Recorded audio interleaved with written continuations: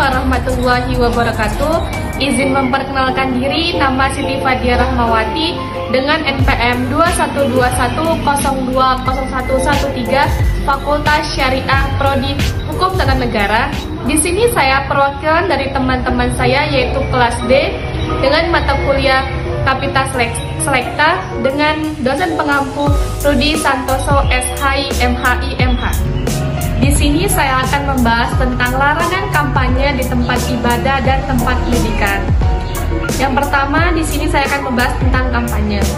Kampanye adalah serangkaian upaya yang dilakukan oleh individu, kelompok, atau organisasi untuk mempromosikan atau memperjuangkan suatu tujuan tertentu kepada khalayak umum.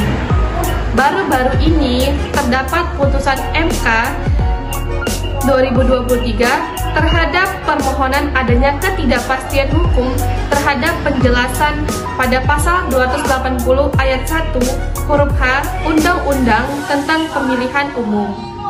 Ketidakpastian hukum ini diakibatkan adanya kontraksi antara norma dengan penjelasan hingga menimbulkan sesuatu kekacauan di lapangan. Demokrasi adalah bentuk sistem pemerintahan di mana kekuasaan dipegang oleh rakyat atau warga negara secara langsung atau melalui perwakilan yang mereka pilih. Istilah demokrasi berasal dari bahasa Yunani kuno, di mana demos berarti rakyat dan kratos berarti kekuasaan atau pemerintahan.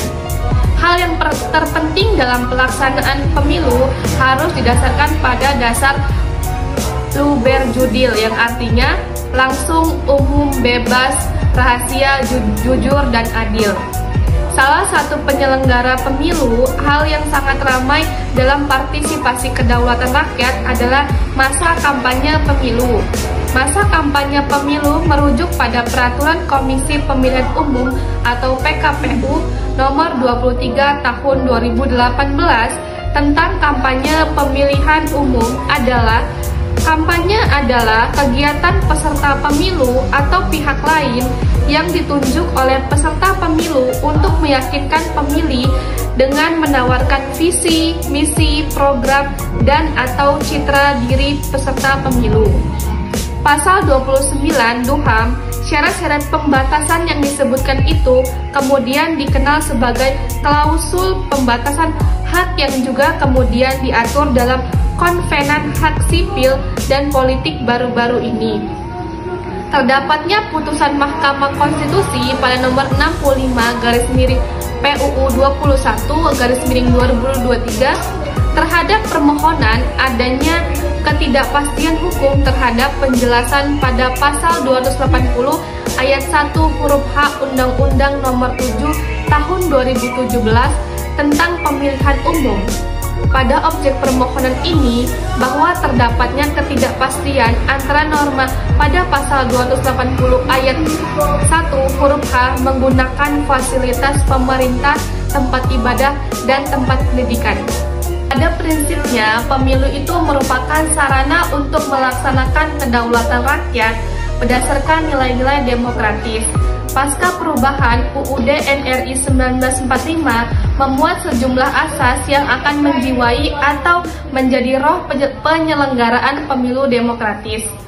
Peraturan penyelenggaraan kampanye sebagaimana didasarkan pada asas adil dan bebas dari intervensi pihak manapun. Keberadaan kampanye membantu rakyat untuk dapat aktif memilih dan memberikan hak suaranya yang visi, misi, serta program yang rancangan oleh pasangan calon. Kampanye ini merupakan komunikasi antara pasangan calon dengan rakyatnya sehingga kepuasan dalam berdemokrasi dapat dirasakan secara masif.